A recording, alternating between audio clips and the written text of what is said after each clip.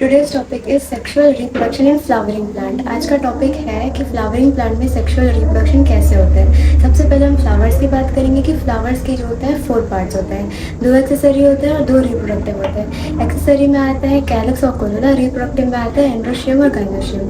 जितने भी flowering plants होते हैं जिन्हें हम एंजियोस्पर्म कहते हैं वो सेक्सुअल रिप्रोडक्शन को शो करते हैं, क्योंकि फ्लावर जो होते हैं सेक्सुअल रिप्रोडक्शन का ही साइट होता है। अब हम बात करेंगे प्री फर्टिलाइजेशन की, यानी उसमें जो स्ट्रक्चर्स और इवेंट्स होते हैं उसके बारे में। उसमें बात करेंगे फ्लोरल प्राइमोडियम की।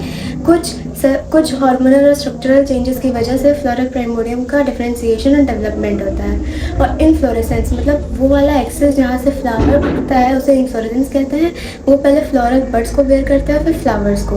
हम बात करेंगे एंड्रोशियम की। स्टेमन के जो गुच्छे होते हैं उसे एंड्रोशियम कहते हैं, जो मेल रिप्रोडक्टिव ऑर्गन को रिप्रेजेंट करते हैं। उनके नंबर और लेंथ अलग अलग स्पेसीज में अलग अलग होते हैं। और स्टेमन के 2 पार्ट्स होते हैं, एंथर और फिलामेंट। एंथर जो होता है वो टर्मिनल पे बना होता है स्टेमन के और टिपिकली बाइलोब्ड होता है। और हर लोब में जो होता है 2 थीका होते हैं, इसलिए उसे डाइथेकस कहते हैं। और एक लॉन्गिट्यूडनल ग्रूव भी होता है जो लेंथ वाइज होता है, ताकि दोनों लोब को हमेशा अलग रख सके, सेपरेट कर सके। अब आते हैं फिलामेंट पे।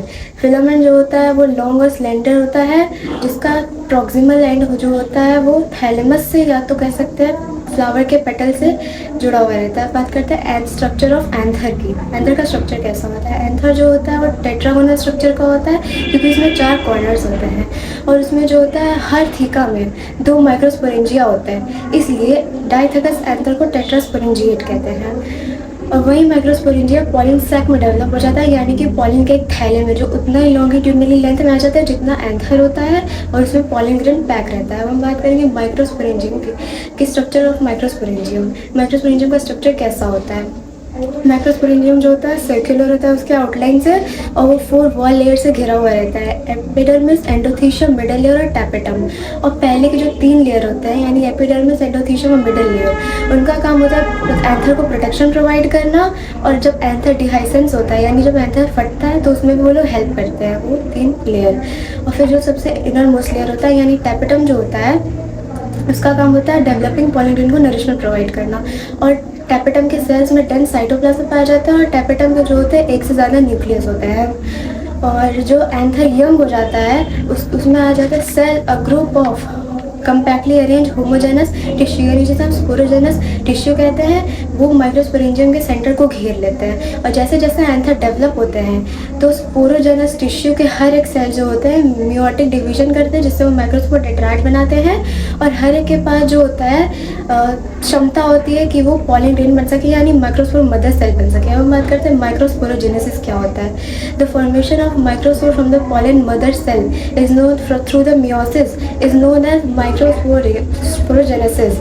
मतलब माइक्रोस्पोर का फॉर्मेशन पॉलिन मदर सेल से मियोसिस के प्रोसेस के द्वारा उसे माइक्रोस्पोरोजेनेसिस कहते हैं। और जैसे जैसे एंथर मैच्योर होते हैं और डिहाइड्रेट होने लगते हैं, मतलब उनका पानी जैसे सूखने लगता है, तो माइक्रोस्पोर एक दूसरे से डिसोसिएट हो जाते हैं, मतलब टूट जाते हैं और पॉलिन ग्रेन को फॉर्म कर लेते हैं। और हर एक माइक्रोस्पोरेंजियम में जो होता है हज़ारों पॉलिन ग्रेन पाए जाते हैं, जो कि एंथर के फटने पर रिलीज हो जाते हैं।